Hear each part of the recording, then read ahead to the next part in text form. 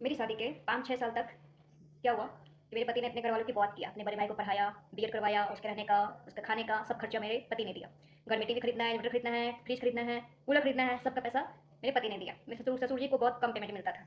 इतना में कि वो सिर्फ घर का रेंट भरते और घर का राशन पानी आता, ठीक है, बाकी सब सामान मेरे पति के द्वारा खरीदा गया। और काफ़ी मदद किया इसने, मेरे पति ने, जब तक नशा और रंडीबाजी में नहीं घुसा तब तक की बात है। नशा तो करता था, दारू से नशा करता था तब तक।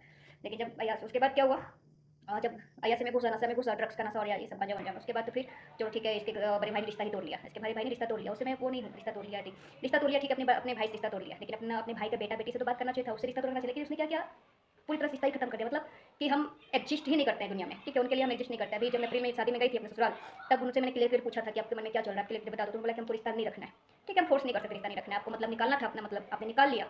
उसके बाद आपको नहीं रखना, तो ठीक है, आपको सरकारी नौकरी लग गया। तो फिर जाके मैंने इसके मतलब मेरे पति ने बोला कि जो भी मैंने आपको पढ़ाया, थोड़ा सा जो भी खर्चा किया, उसमें थोड़ा पैसा मुझे दे दीजिए। तो उनका तो कहना है कि वापस कर दिया हूँ, लेकिन फिर भी जो मांगे थे बोलते मेरा भी अपना भी तो परिवार है, अपना भी तो फैमिली है, हमको उसको पालना है, उसको देखना है, ठीक है। लेकिन इसको मतलब पढ़ाने के टाइम पे, उन्हीं को पढ़ाने के टाइम पे मेरे पति का खुद का अपना परिवार था, मैं थी, उसका बेटा था उस टाइम पे, ठीक है। तब मेरे पति ने ऐसा नहीं बोला था कि मेरा अपना परिवार है, आप मेरे से पैसा मत मांगिए अपना पढ़ाई करने के लिए, ठीक है, आप कमाइए, ऐसा नहीं बोला मेरे पति ने। तो कुछ गुण तो देखो मेरे पति में, गुण अवगुण सब में होते हैं। गुण अब भी है कि अपना परिवार को किया इसने। अवगुण की नशा और अय्यासी में घुस गया, यह गुण था, ठीक है। और अभी तक मेरे पास अपना घर है। उससे मैं सोचा होता कि छोटे अपनी बहन का शादी क्यों करवाता, वो शादी मेरी बहन का शादी मेरा बाप का काम है, मेरा बड़ा भाई का काम है, उनके पास जमीन है, जमीन में शादी करे, ठीक है, मैं क्यों अपना पैसा जमा करके शादी करवा रहा हूँ बहन का। लेकिन फिर भी हमने करवा दिया, हमको जब जब हमको पैसा मांगा हमने किया, ठीक है, अपना फर्ज समझ कर अपने हमने पूरा कर दिया।